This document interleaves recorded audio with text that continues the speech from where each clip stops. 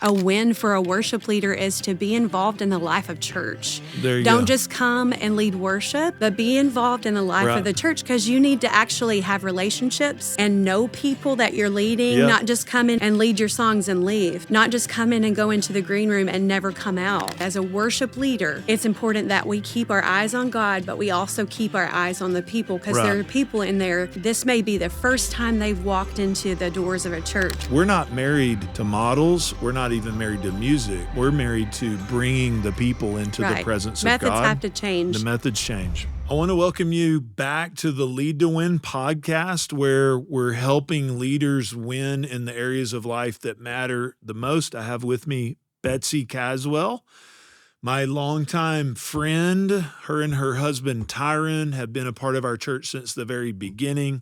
She's like my sister. We have worked together for many years, and I thought that many of you would enjoy just having a leadership conversation around the area of worship, but I don't think it just pertains to worship. I think because we have people that listen to this podcast that don't, they're not leading in a church setting. Right. I'm always encouraged I recently got an email from someone who had a new assignment in business, a lady that was leading, and she was like, it really encourages me.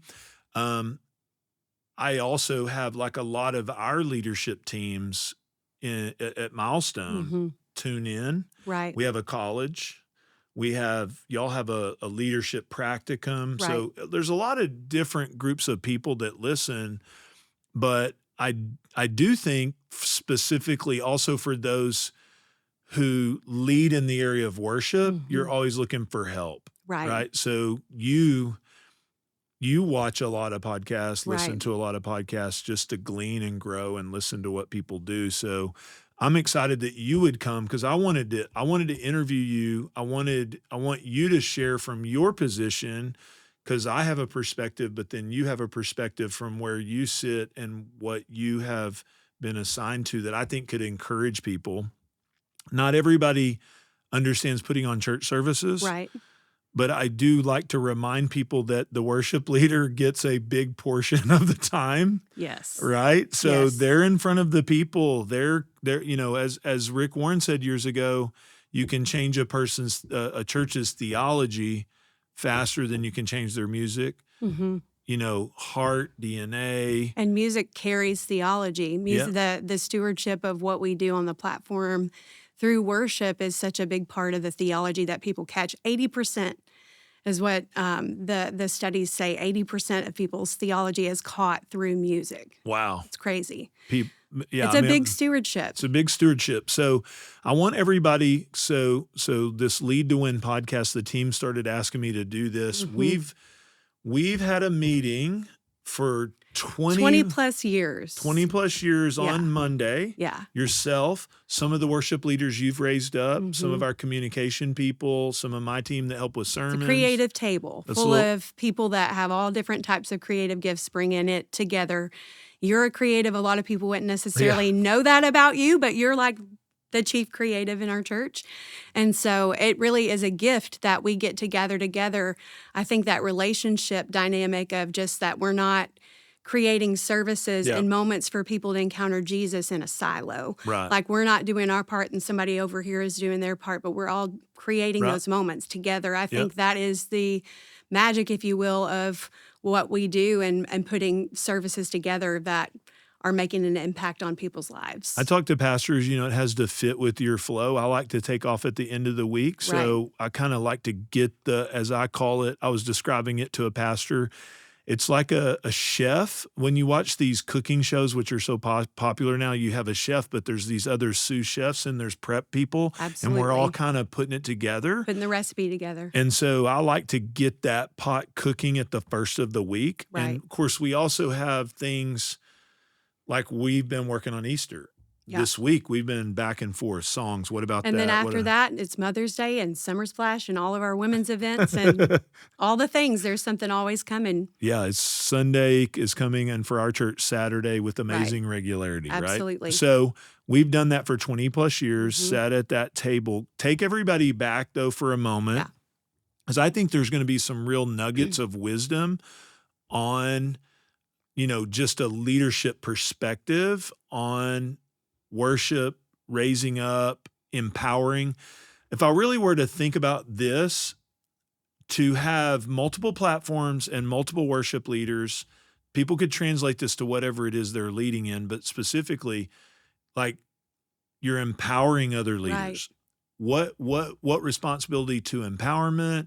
How do you know who to power? You're giving someone a lot of power when you give them. We have campuses that have over 2,000 people in the campus. So our youth guys, your son-in-law, his first night had 800 kids. 800 kids at the first service. That's wild. It took us, my husband was the youth pastor for many years, 17 years, and he was like, Luca, it took one night for you to get what I worked for like 12 years to get. He was like, this is a big deal, man. We started the church in the cafetorium. We had 160, went down to 90, went down to 70. Was bad. It took us a long time to get 800 people. It was bad. It was, I remember being up on the platform just thinking, oh, this is just terrible.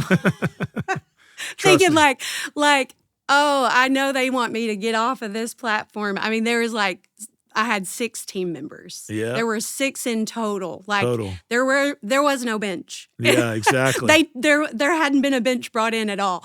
So, but we were doing our best. We were bringing our best. I think, I'm grateful that we've walked together. Really, you are like a brother to me, but you're my pastor. You became my pastor a long time ago. And really, I grew up in Tennessee, grew up singing country music, grew up in church as a little girl, but really didn't understand relationship with Jesus. Right. Like I did the religious act of going to church with my grandmother when I was little and all of that. But through my teenage years, my brothers and I started a band. So we played every weekend. Right.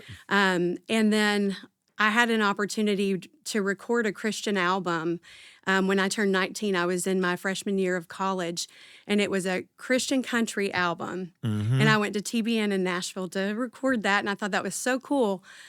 But I didn't have a relationship with Jesus. Wasn't Lord of my life. Right. It was through the process of recording that album that I was so impacted by the love of God. Right. It changed the trajectory of my life. Mm-hmm. What we do today, I had no idea.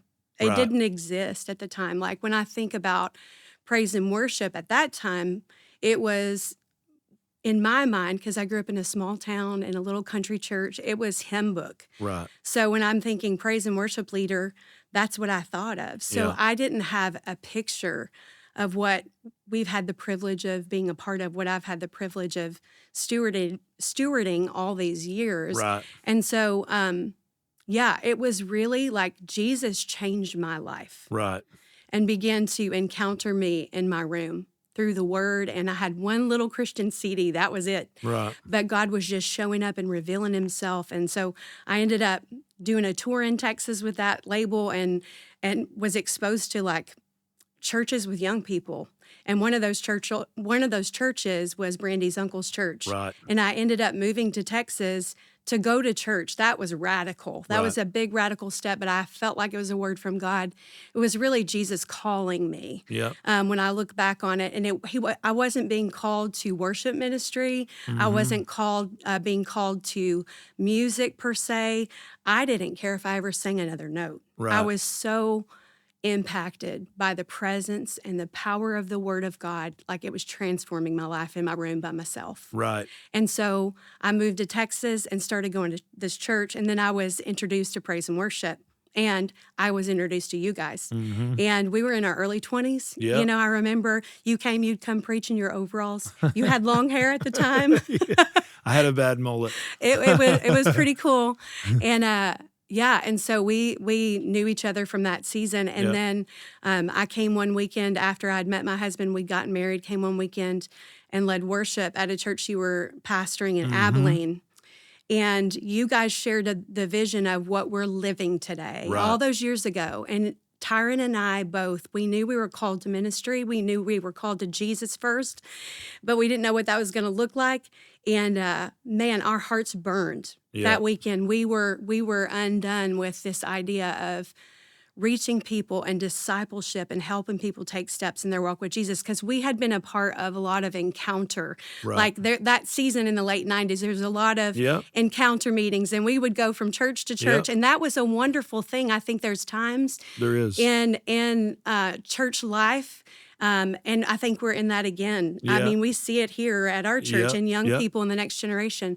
But that was a season of time where there was a lot of breath. There was a lot of encounter, like the Right. breath of God. Right. But we had come to a point, we were newly married, and we knew we needed like some discipleship in our Right. own life. And we knew it can't just be encounter. There Right. had to be some sort of, there's got to be more to this. Yep.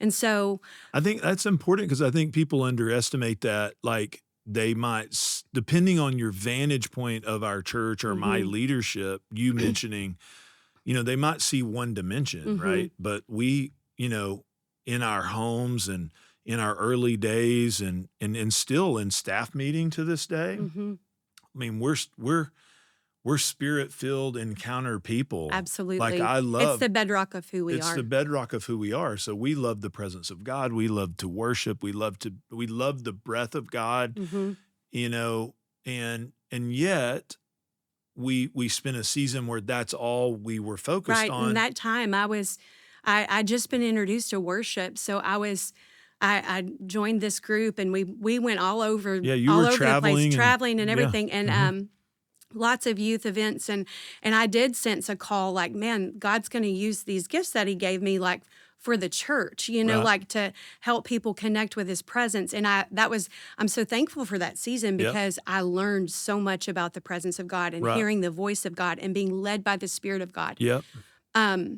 But I knew like there was a depth that of discipleship and walking with the Lord. And if I wanted to do this for a long time, there was some things that I was missing. Yeah. And the group I was in had an opportunity to like go on tour, and they recorded albums and did a lot of amazing things. And I don't think that's a bad thing. I think there's room for all of it.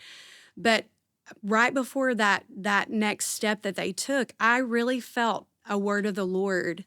And I felt like the Lord wanted me to be planted and to minister in the house of God, like to be planted in a place. Yeah. That was before we met. Right. And so then when Tyron and I heard all about what was in y'all's hearts, we really went home, fasted and prayed, felt like, man, we're called to this vision and we're Right. called to these people. So we've been walking together ever since. That And was maybe that was 90, in 99, 2000. 99, 2000. So it'd be 26, 27 years But ago. I say all that to say you became my pastor when we prayed and fasted and felt like the Lord told us to go and join up with what you and Brandy were doing, not for a job or any of those things. We were just going to go and serve. I had sang on lots of platforms, and I had performed before that all over the place, singing country music. So I had performed my whole life. Right. And when I encountered the Lord, I didn't want to perform anymore. But I felt like because of what God placed inside of me, the gifts and talents that God gave me, I began to gain this platform, and people would put me up on this pedestal again. And what I appreciated so much the day you became my pastor was the day that you said, I know you could help our team. You could help our worship team a lot, but I'm just going to let you sit for a while because you need to be discipled. I want you to grow big on the inside. And that is literally the way that we have built all these years. Right. We want to build big people. And you invested that in me. And it was like water to my heart that I didn't feel like somebody wanted something from me, but you wanted more for me than you wanted from me in that season. And that was transformational for me. Yeah. Lord knows we needed help big time. But, and I think at that time in my life too, it's like, that's the right principle, but I was still learning. We know now because we make a lot of decisions. We just open 2 campuses. And so we spend a lot of time talking about, so in other words, you know it, hey, I need to invest here, but I do have Sunday coming. And so I was doing it by faith and Right. doing it by sort of character and principle. I now see it so much bigger in terms of what I would share with everyone listening who may not have that revelation. They might be going, well, why would you Why wouldn't you just hire somebody? just hire them or use them or let them Yeah. sing? I mean, you did come and lead worship, just came and Right. hung out. And I'm not talking about that, but I'm talking about when you said I'm planted here, I'm like, the first thing we're going to do is help you become part of the Right. family and value you as a person, not for your gift. And what I would say the principle is that I know much deeper now, talented people, especially platform people, they have trouble following someone that they feel like needs them more than they want to value them. As you said, they want more from them than for them. They never really feel safe, Right. because they think, so it's hard to cover someone that Do you you're like me impressed for with. my gift? Do you want me here because of what I can do for you? Or do you really care and want to know who I am? Exactly. Yeah. Exactly. And Yeah. platform people, especially if you've grown up in it, Mm-hmm. your brothers are talented, you grow up in it, which is a combination usually that I also we see in young leaders. It's like you actually want to be that, but you don't even have a love for the game. Like I always tell people, the great ones, Yeah. they just love the game. You don't have to tell them to practice. You don't have to tell them to practice. Yeah. We're in the middle of that now where we have all these groups we're coaching. It's like, you don't even know your Learn your stuff. lyrics. Learn your lyrics. So you were memorizing songs and writing and singing, and it wasn't something like, oh, now if you'll hire me, then I'll start doing that. It was already a passion that then God knew, and he always uses all that, right? Right. So he was using y'all having to set up and figure out the notes and I learned to band lead in the bar. Yeah, in a bar. That's the truth.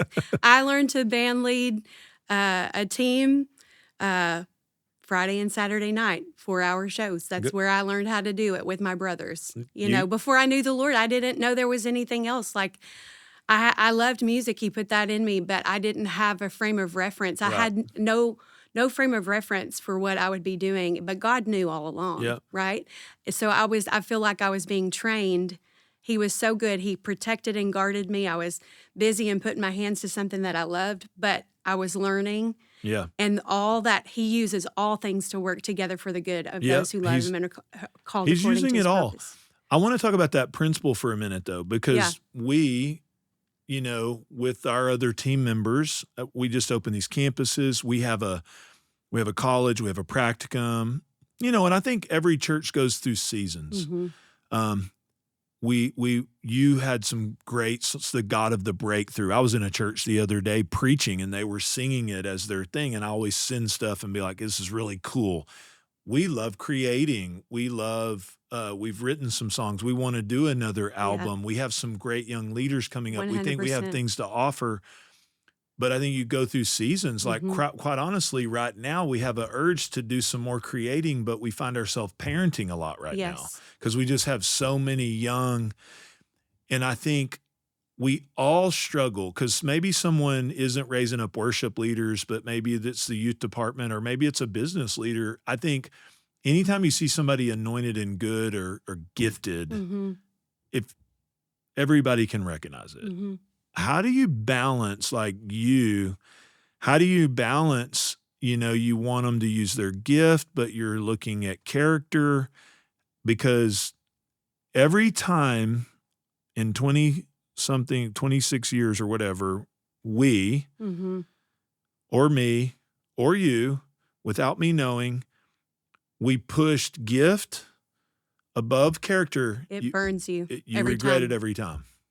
Talk about that. How do you know? What have you done practically to see that? How do you measure that? What are some ways somebody can balance that? Because specifically with worship, there is a service, and you do have to sing. Absolutely. You have to be able to play the skill. It takes technical skill, but it can't just be technical skill. I mean, the thing is that it is unkind. It is a poor stewardship if you don't know where the person is at. Like if you don't know if it's just someone leading your worship service, but you don't know them. Mm-hmm. You don't know the state of their heart. You don't know, I don't think it's a good stewardship of people to not Right. get in there with people and Right. know where they're at, like it, because you're setting them up to be crushed by the influence you're giving Right. them. So like right now you have, someone can quote unquote audition. We use technology more now. You can send something in, then there can be when I say audition, you Evaluation. can Just to evaluate the just skill. evaluate, tell us how, you sing, okay, you play, you Right. deal, you come through our grow track. Right. Everybody goes to grow track. Then you guys have what's called Dev Night. Mm-hmm. What is Dev Night? What are y'all doing with that? What are you trying to do? So it just really is investing in someone's worship leadership development. So Dev is just the opportunity where we take time and we break up between vocal and band. We break up into teams. We roster teams. We roster songs. We give people the opportunity to interact with the, different technology that we use. Learn the songs, come prepared, really even setting the expectation for what it takes to So does this come be together. like if you were doing a mock service? Yeah, kind it's of? a mock service. Right. And really setting the expectation of, this is how you need to prepare. And then we have a lot of fun. We encourage them on the platform. They actually get up and they lead songs and go through transitions. And we have several amazing volunteers that come in and help coach those people and just help them get acclimated to being on a team, playing together, singing together, all of that. But it's so much more than that. We talk about the power of the words that we're singing. We talk about why we select the songs that we select. We go into some worship theology. We have a small group time at the end. And there's some teaching, there's some practical, and it's all just creating an incubator. 100%. And typically what I would say is you can see how people respond in that environment tells you a lot about where they're at. Like, Absolutely. They're not going to commit to that if they're not. Right. They're not going to commit to that. But two, like, one of the most rewarding things is like after that time that we've spent with them, for them to say, I came in thinking it was this, but actually it's not. Right. It's actually, we're here to serve. We're here to minister to the Lord because he's worthy of our worship, and we're ascribing worth to the one who's worthy. But then also we're here to serve the church. We're here to serve people. We're not an elite team. We're part of the serve team.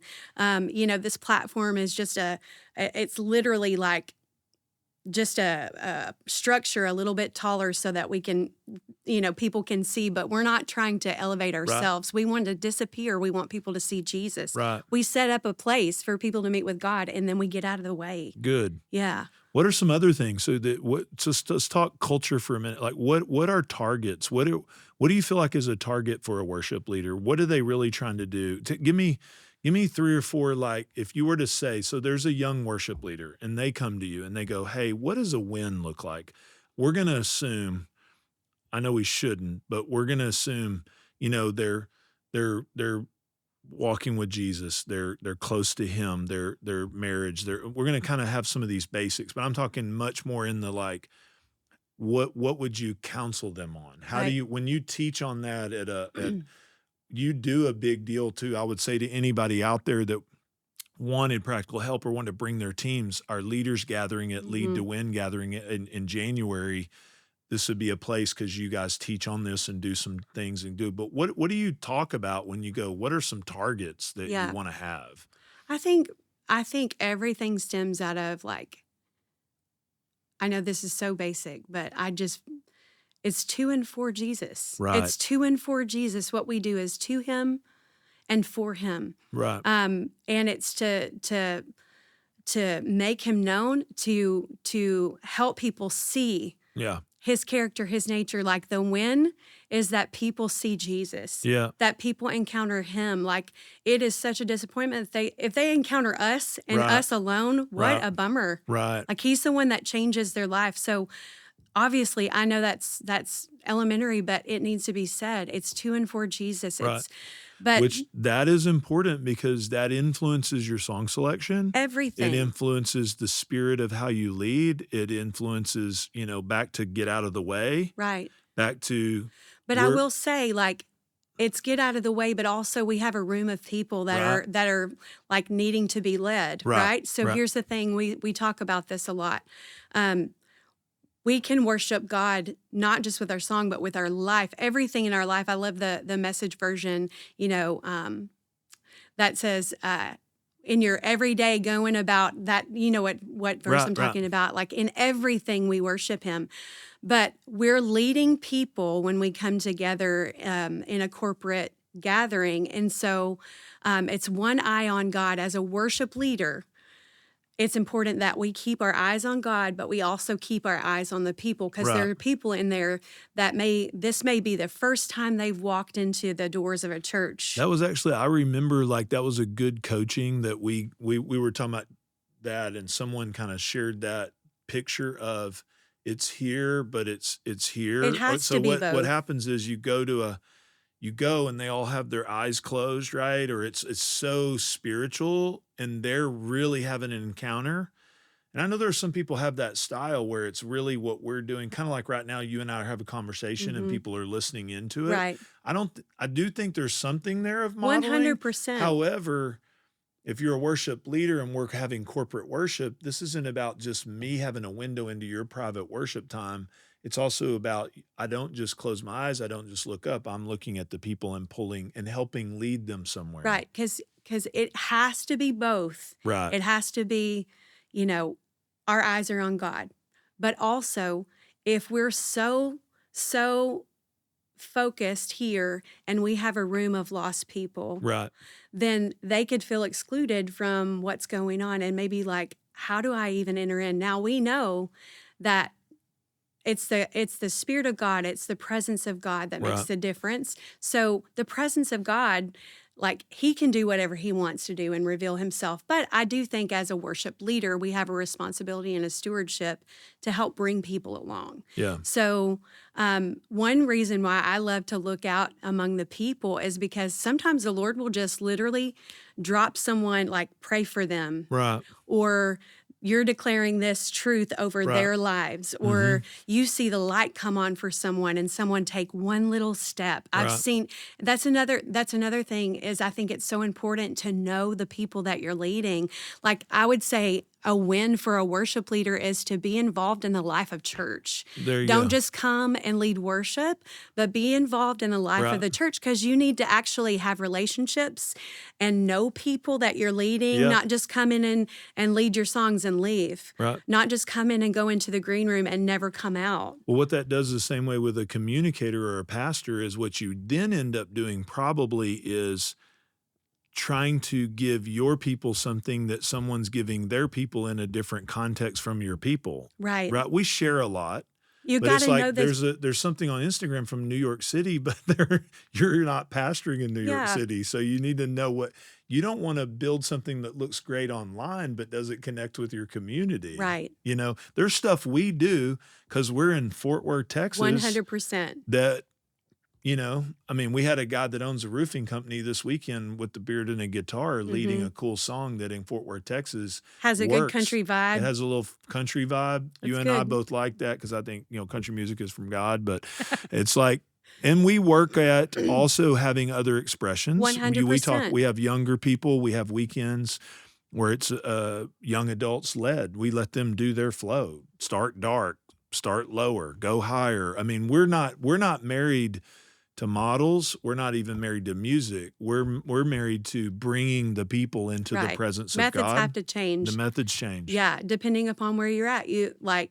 The message never changes, but the method has to always change from generation to generation, depending upon what your demographic is, who you're trying to reach. All those things that's the determining factor for, the songs that you pick.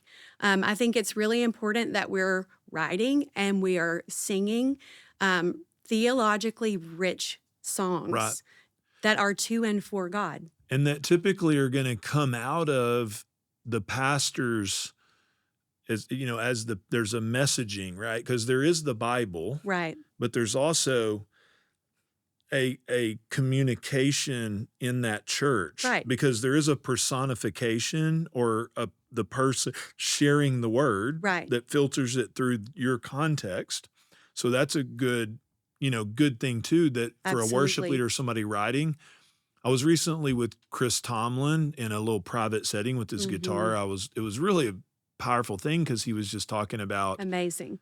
he was a kid and he had a couple songs. He got invited to a youth thing, had them on a note card. It was pretty powerful. This guy who's written these amazing songs, but he was like, people talk about, a guy laid hands on him and said, your songs will go around the world, when he really had only two Amazing. songs. So you talk about the power of impartation, the power Yes. of believing in young people, which we do. But he's like, a lot of my songs come from my Bible and the book of songs. Mhm. If you listen to a lot of his, it's It's just, scripture. he read the Psalm and he put a guitar lyric with it. It just kind of, it's like this crazy thing, that God touches. Yes. Speaking of young people and next generation, that's been our passion. As you said, we're living it. We now have kids. You guys just had I'm your a first, grandma now. you just got to be a grandma, which is where it's at. Yes. And so I've been a papa for a little while. It's the best. But all those years ago, we're saying, what if we help the next generation walk out their calling? So we have a college, we have non-accredited tracks, Yes. we have a residency, we're building within, but we also, I always love to put this out there, that we also see ourselves as a place and have fruit that backs this up, that out there may be a young leader like Absolutely. y'all who were out there going, where do I get discipled and Absolutely. how could I get trained? We have a passion. Really what we're doing today, we love our church. We're completely content, every week our team serving our people. Absolutely. I'm completely content. I do this podcast. We do what we do with Leaders Gathering. We feel a responsibility to give it away. Yes. And we feel a responsibility to give the next generation what many times we wish someone would have given us, although we did have a lot of help. But when you're teaching younger people about worship leading as it relates to your pastor, as it relates to the church and the team, what are some wins there? I think there is such a place for both of those expressions. I think there has to be worship that goes out into the world, but I think putting your hands to the plow in your local context, that's not something people are like posting about necessarily. Right. But it's crucial. Right. Like, it's the church. It's the bride of Christ. Right. I mean, we're investing in the church. And the songs that are written and the people who travel and all those things, there's a place for that because that impacts the church. Right. But in a local context, I think it's being faithful with whatever is in front of you. Right. I just think back when we started and we had 6 members, and I had vision of like, man, I know, Lord, that you want us to build a family here and people that like are excited about serving the house of God and excited about using their gifts to bring this amazing offering before God and to just be a blessing to the local body that they're in. Like, I think comparison is a huge thing, looking at what everybody else is doing instead of doing. I'm so thankful we didn't have that. Right. We didn't. Like, we didn't know how bad we were. We didn't know how good everybody else was. That was good because we might have quit because it was pretty bad sometimes. But I'm just saying, like, if I could say anything, if you could just like be all in, right? Like, give God your best. It's give God your very best in the small thing. It's the principle of be faithful with the little. Yep. And as you do that over a long period of time, the fruit of that is beautiful. Yep. It's beautiful. And then you look up and you see not just a lot of people, but you see generations of people that are worshipers and love the Lord and want to serve the house of God. I don't know if that answers the question. No, I think we all know this, the devil was the first worship leader and there's this battle, and we all know because it is so powerful, that is why the enemy attacks. And it's also why churches compromise is because, I mean, quite honestly, even from a marketing standpoint, more people know about church's music than they a lot of times even, you could say worship maybe is because TV preachers and different stuff. I'm not minimizing preaching. We do preach the word of God, Yes. and people are saved by the foolish. I'm not minimizing, but in today's world, again, because music is so much power, there's so much power in that, and also the streaming platforms and the ways people have access to things now, it can be huge. So what I find is churches tend to compromise to get something that they ultimately don't want, because then they have problems. Right. And so a lot of pastors and leaders have experience with that. I think the worship leader has to say, it's not about me. Right. That's hard to say. If you're really trying to build a platform and not build the people, you and your pastor are going to end up probably in some challenges. Absolutely. Unless that platform's connected to his platform or y'all have a plan. Right. But if you really want a platform, but you're using your church and your pastor to ultimately get to something beyond where As you're a stepping at, stone. that's not integrity. Yeah. It's not. I think preserving the purity of why we do what we do is like so big. It is. It's foundational. Like why? Again, I've been thinking about this a lot. Even I'm talking to our college on Monday about what it looks like to be an ideal team member, and I just Do you have all the points? Not yet. I'm working on it. Yeah. But give some ideas about that, yeah, because that's really what I'm fishing for. Yeah. Because you've been, you and Tyron, longtime friends. You're like my sister. You're a great teammate. And the reason is you're pushing the vision ahead, but it's never a battle for me when I say, now, if you feel passionate about something where you're like, hey, I feel like this could really help us, you'll tell me. And if you feel that way, then I'm going to be like, tell me more, let me help. And a lot of times I'm going to go with kind of where, but on the other hand, it's not hard for me to say, I don't want to do that. I want to go here, because you understand that at the end of the day, I'm the chief communicator 100%. and you're coming alongside. So it's not weird. Right. There's a collaboration. Absolutely. But you're also trying to understand.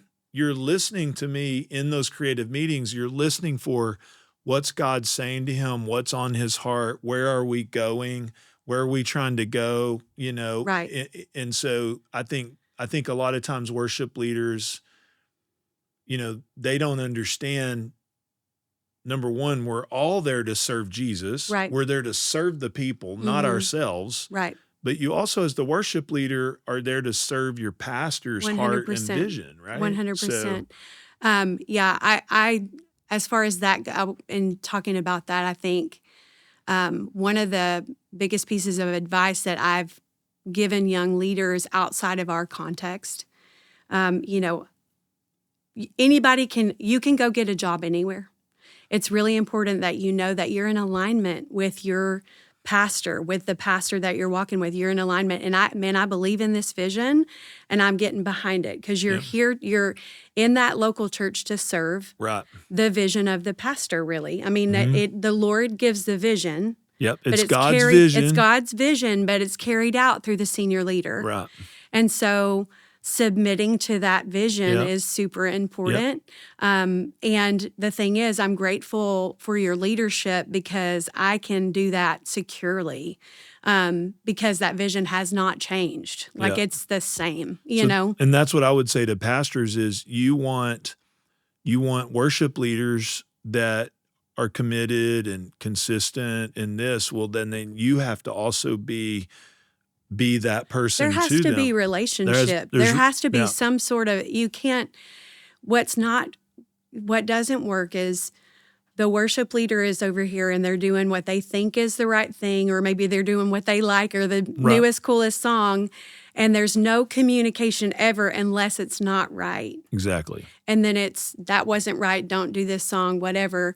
There is a part on the worship leader's side that, hey, you submit to the vision of the senior leader, but then also the senior leader, I think, again, I honor you, because you do this. Like, there has to be that ongoing dialogue that we're in this together. We're doing this together. We're in it. We're providing direction, providing thoughts, having discussions. We've gone through seasons with our young team and all of us of talking about things and stuff trends in worship, and Absolutely. is that us, and is it not, and should we go down that path? We'll just kind of have that like a family discussion with our leaders. What though would you say right now to, like, there's these up and coming, what is a great worship team member? What do they look like? What do they act like? What are you looking for? Yeah. I think a big one is humility. Yeah. Like you're not this person that like, it's about you. It's about your personal preference. You leave your personal preference at the door. It's not about me. I'm here to serve. I want to add value. Yep. I think humility, someone who's diligent at their craft, that they continue to grow, that they want to be great at what they do, that whenever you're given something, that you bring your best. Yeah. 'Cause 100%. Jesus is worthy of our best. And purity of heart, like the motive in which you're doing what you're doing. Like, what is the motivation? That they're sold out and love the Lord, and that they're also walking in a one version. We're not this behind closed doors.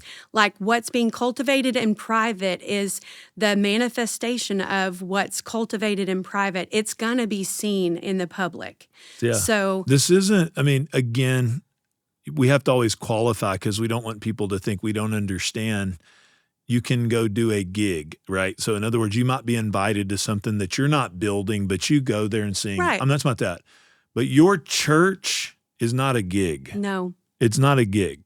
If it is, Then you need to be- that's you a need to be short done. that's a short-term Right. relationship. If it's what can I get, what is it, that's just not going to work, right? Right. I mean, so I think on the whole idea of talking to young people, back to if you love it, if you're diligent, if you want to get better, if you get good, I mean, those kind of people are welcomed into teams. And one of the things on team leadership that I've seen recently is the quickest way to minimize the overall strength of your team is to allow people not committed too much access. Because Right. what do diligent people who want to be with?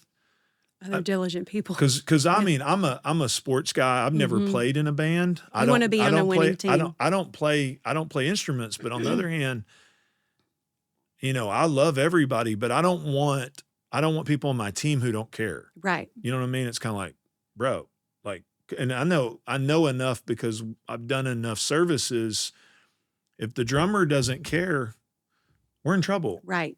That team has to key off of that bass level. We're then all the bass, worship leader. Then everybody's now keying, and so that we're all the worship leader.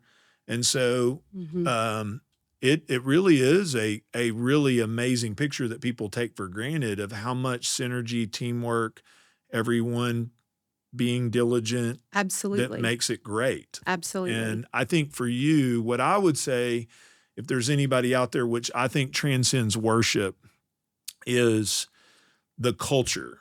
So I've always said, over the years, I'm grateful because, again, we've gone through seasons where we've done trumpets, we've done this season, everything under the sun. we've done all of them, right? Yeah. Like we've been down all the paths, right? Deeply spiritual, navel gazing, which I'm not great at, but we've and who knows where we're going?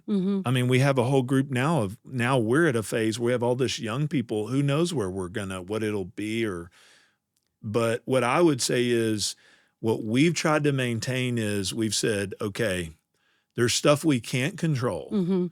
What we are going to do is keep our hearts right. Right. What we are going to do is not let disunity come in. What we Right. are going to do is come here to worship Jesus, lift him up. What we are going to do is serve our people and love them. Yeah. What we are going to do is have a spirit there that you're not a burden, and what a great privilege we have to. I mean, It's a privilege. It's you an led honor. this last weekend. I preached this weekend, and you go there with, and I think the people pick up on that. Absolutely. You know what? You can't sustain something for 25 years that you don't have in your heart. Right.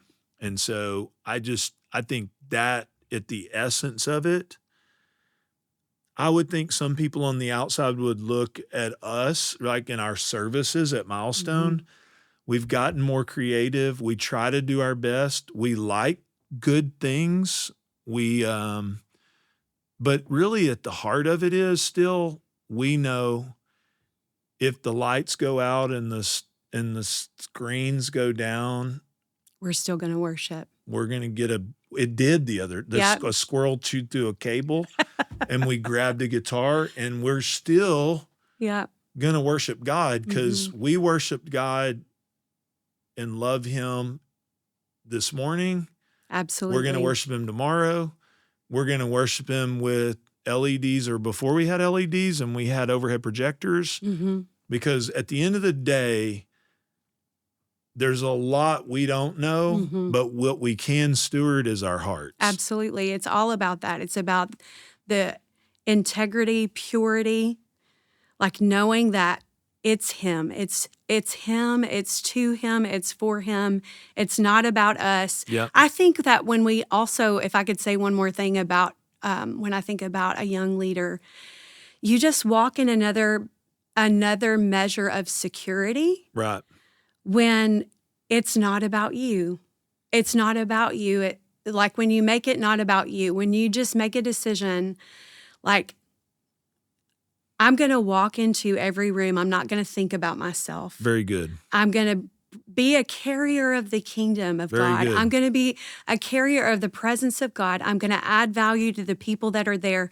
I'm not going to think about me, but how can I bring Jesus? How can I bring his presence? And when we make it about that, there's just a peace. There's a security that you walk in because you're not constantly battling in your head. So good. What does so-and-so think? Am I doing this good enough? They're talking on the front row. Are they talking about me? Is my fly unzipped? Is it all the things? Like I cannot, there's just so much. There's so much that happens on the platform when we lead worship. You have click tracks going and you've got a music director talking to you in there, and then you've got this room full of people that are buzzing around and trying to find a seat, and maybe you're in the middle of song one and nobody's paying attention and you're like, hey guys, welcome to church. Or like this weekend when I take up the offering and half of them leave. Exactly. And you're like, anyway. Okay. So it's that stuff. And then there's like the warfare stuff that goes on in your mind while you're leading worship. Every kind of distraction the enemy could bring your way, he's going to try to get you off of the main thing, right? Yeah. And so when you posture yourself like it's for God, it's not about me. Right. I'm here to serve, and it doesn't matter what the conversation is on the people in the front row. And I can 9 times out of 10, it's not about you. No, it's about something else. Yeah. You lead with a different grace and security. Making it about the main thing, keeping the main thing main thing. I think a lot of people want to get better at that. And I would say as a coach of creatives, years coaching, what I've realized too is you need to, if you want to lead your youth team, your children's team, you want to have highly talented creatives, you need to also study how to coach them. Yes. Because I find a lot of people, we evaluate, we do video takes, we watch ourselves back. We have a Monday meeting. I'm a coach, so I do give evaluation, but I'm careful when to offer evaluation too much. Sometimes y'all are actually during the game asking me for more evaluation. I'm like, it's great, it's been amazing, keep going, knock it out. So you've got to know you can create an overly evaluative culture, and then it becomes performance. It stifles authenticity. Right. And that's more than just worship, but a coaching principle. Yeah. But I think what you're hitting on is so true. People who over-evaluate themselves have bad body language.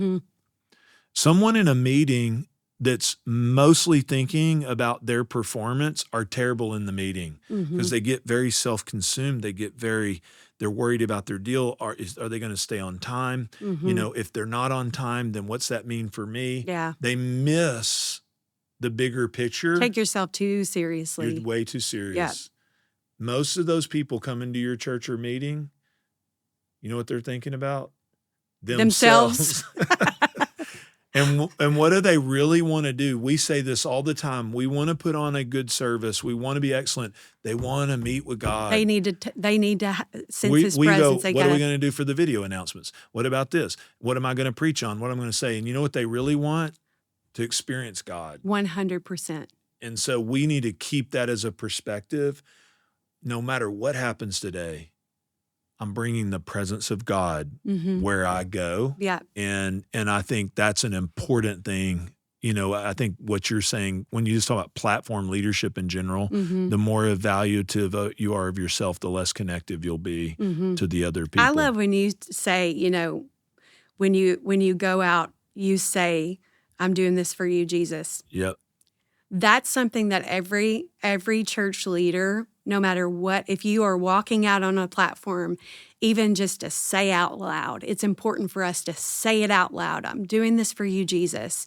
Our own person needs to say it. I do it every time. I mean, you have a little moment there where the bumper, right? So I did it this weekend. You know, you're thinking, and there's, 11 o'clock service is really packed, and you kind of feel an urge to go, there could be guests here. I want to do better. And you just stop and go, Lord, I'm doing this for you. Right. When there was 70 people in a cafetorium, or there's 2,500 people in this room, and several thousand watching outside of this room, doing it for you. Absolutely. And that settles you back to keeping the main thing, Absolutely. the main thing. So I think a lot of it, if I talk about you have a skill, I have a skill. We've created worship services for years, but really what we're saying today is, if people at any level go, I want to learn from them, it's way more culture than it is skill. Yep. We're not the best singers and preachers in the body of Christ, but we are going to have a good attitude, and we are going to serve God's people, and we are going to make it about Jesus.